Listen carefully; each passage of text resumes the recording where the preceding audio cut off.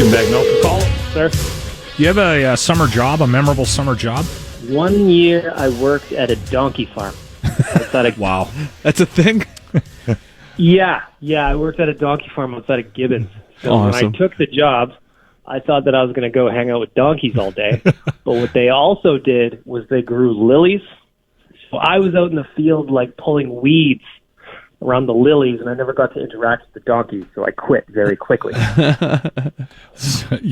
You're the type of guy who takes a job at a donkey farm so that you can tell people for the rest of your life that you worked at a donkey farm. Hey, man, you didn't see me say it. You didn't see this coming. You didn't see that I was going to say I was I would working have at a donkey never guessed donkey farm. Let's jump in. Was it Berry Ridge Miniature Donkeys? I don't remember what it was called. I found All I one. remembered is that my tenure was short-lived, and I was not allowed to play with the donkeys because they said that was the girls' jobs, and I was very upset about it. That was sexist, and it was mean, and it was rude. Let's jump into the Oilers hiring. Dave Tippett is our new head coach here. It is the 8th coach in the last 10 years for the Edmonton Oilers.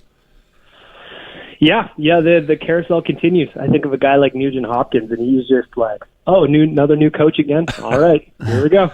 Yeah. Do you think this is I don't want to get too optimistic, though, but do you think with some of the things that Ken's been doing that we may be at a crossroads here, that there may be some stability? Listen, I hope so. Yesterday I was recapping the press conference for OilersNation.com, and it was just like, as they were speaking, as they were talking, as they were kind of putting forth their plan, I could just see myself drinking the Kool-Aid again. Mm-hmm. Every time I think they push me away, they lure me back in. And I don't know. I'm cautiously optimistic. I've got my guard up because they've hurt me before. But at the same point, it's hard not to be excited about what they're saying, what they're doing. You know, they punted Paul Coffey yesterday. Before anyone could even figure out what he did. Yeah, exactly. He was apparently a skills coach. He collected $500K. Who knows what he did or how often he was around, but Ken Holland's coming and taking out the trash. So it's hard not to be excited. But like I said, cautiously optimistic. It's interesting. I'd like to be involved. I would have liked to have been a fly on the wall for the conversation that Ken was having about Paul. So what is it? Like, what does he do? And how much should we pay him? He got paid how much? Yeah, exactly. It's like, I mean, Paul Coffey arguably had the greatest gig of all time. He just kind of showed up and he collected a check, and it was a good time, probably. Gretzky's sitting on a pretty sweet deal. Hey, man. There's only one Gretzky, so you know what? Yeah. He can do what he wants. Well, that was a conversation this morning that we had on the show. Is Gretzky, he's not really part of the organization, right? I mean, not really. This is out of He's an ambassador. Ken's umbrella. So does Ken sit down with somebody and go, oh, why are we paying Wayne to hang out and drink with people? Does that conversation happen? I don't think it's going to happen with Wayne. I could see it happening with virtually any other old boys club member, virtually any other staff member, but I don't think Wayne would be on that list. He's our Drake. Yeah. You know what I mean? Now we just need to give him a reason to cheer in the playoffs. He's our Drake.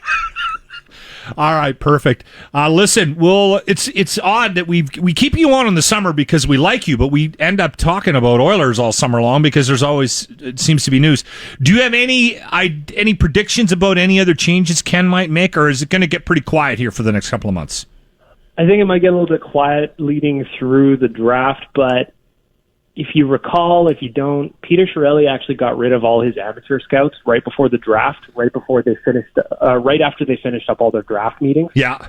I could see Ken Holland also clearing out some amateur scouts right after the draft, something like that. But I think it'll be pretty quiet outside of changing up the roster and making some trades and making some signings. And hopefully he's clearing some cap space. Hopefully he can swing that axe of his at the salary cap, just like he is at some of the old boys in management. We'll see. It's going to be an interesting summer. New regime. Dave Tippett can grow a hell of a mustache. We're pushing to get him to bring that baby back.